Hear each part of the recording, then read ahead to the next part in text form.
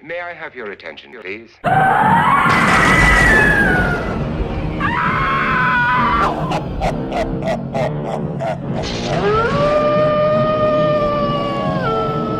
It's Markers and Monsters Drawlloween 2017.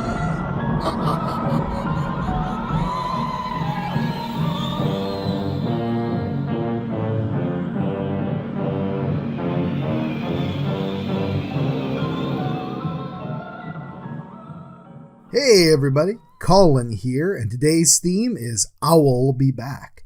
What a great opportunity to talk about one of Halloween's most famous spirit animals, the owl. Yep, just like black cats, bats, and spiders, really, the owl has become a symbol of Halloween, at least I think so. Throughout history, the owl's been many things to many different people in many different cultures. To the Greeks, it was a symbol of wisdom and Athena's favorite animal. However, I think it was when explorers and settlers got here in America to the New World, as it were. I mean, owls would come around at nighttime, just like the bat would. They're kind of mysterious and enigmatic. You never know quite what an owl is thinking, as it were.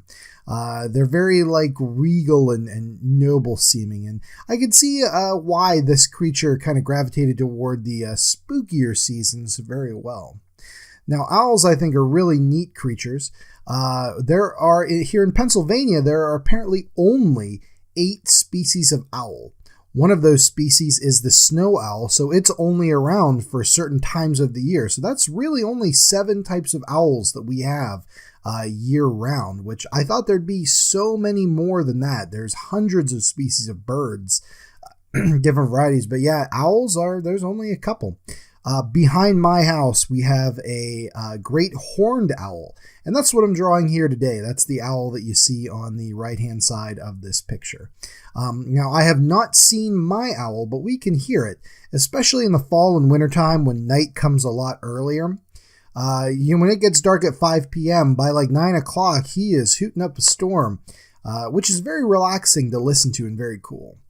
Being that there are only 8 species of owls, it was a lot easier for me to just listen to owl sounds on, say, YouTube or wherever.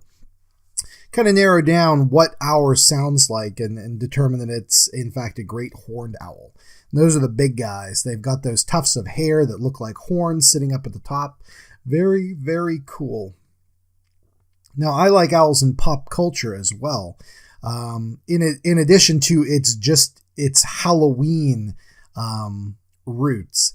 But in pop culture, some of my favorite owls, in no particular order, include Bupo from the Clash of the Titans. Now, this is the little golden mechanical owl given by Athena to help the heroes on their journey. Very cool. Those special effects were done by Ray Harryhausen, so you got some of that great stop motion in there. Just a great looking design of this little golden mechanical owl. Very friendly. When I was a kid, I really wished I had a mechanical owl to be my buddy that could ride on my shoulder and go to school with me or something. I don't know. We've also got the Great Owl, as he's called, from the movie The Secret of Nim. If you guys saw this great animated film, you know what I'm talking about when the main character has to go and see the Great Owl. She's a little mouse. So going up against this owl, which, obviously eats mice, is a brave move for her and a pretty exciting scene and pretty great. But this owl definitely gets the monstrous feel, which I dig. I love Woodsy the Owl. The United States Forest Service created this owl mascot in the 70s. The most famous slogan is, "Give a hoot, don't pollute." And very cool. They've updated the look in 2006 to be kind of more like a owl person hiker, which I really dig. I think it's a great look for Woodsy and a really fun owl mascot. And finally, I gotta say it's my favorite owl in pop culture. It's Mr. Owl from the Tootsie Pop commercials.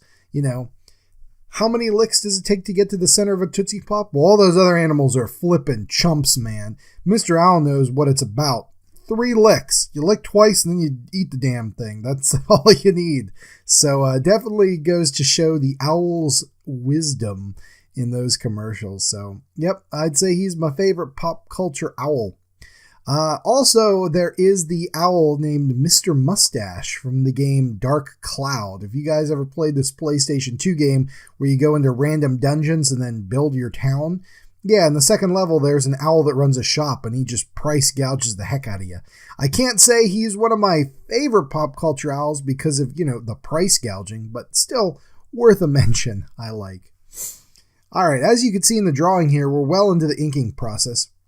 I wanted to give a great feel with this of just kind of a spooky Halloween scene with kind of the spooky Second Empire style house back there and the big owl in front of the moon. I think it's turning out really great. It's nice to also comment at this time that not all of Halloween is about scary monsters and gore and stuff like that. Sometimes it's just about just a cool little scene, just something to get you in that autumn mood or that spooky mood and just get your imagination going. And I think that's great. And I think we should always be looking at pretty much any time of year to what's great in nature about the season. And with Halloween, you get those cooler nights, you get the leaves changing, you get, the trees losing their leaves and becoming bare branches, and these kind of animals coming out more that you can see. I think that's great and very much worth appreciating. So, very cool stuff. All right, let's finish this sucker up here. Just want to outline the moon a little bit and add a little highlights here. Stars, you guys have seen this a billion times, but my favorite thing, adding in some nighttime stars. And that'll complete the scene. Let's sign it up and take a look at the scan. All right, another good one. Another one down. Like I said at the beginning, I can't believe we're so far in the month already. I've been having a great time, and I hope you guys have been too. So tomorrow is going to be cornfield capers, which will be interesting. We're going to talk about some corn and how corn relates to the season. So I don't know, if you live in Nebraska, maybe this is your episode, guys. All right, that's it for me. We'll see you tomorrow. Take it easy. Bye.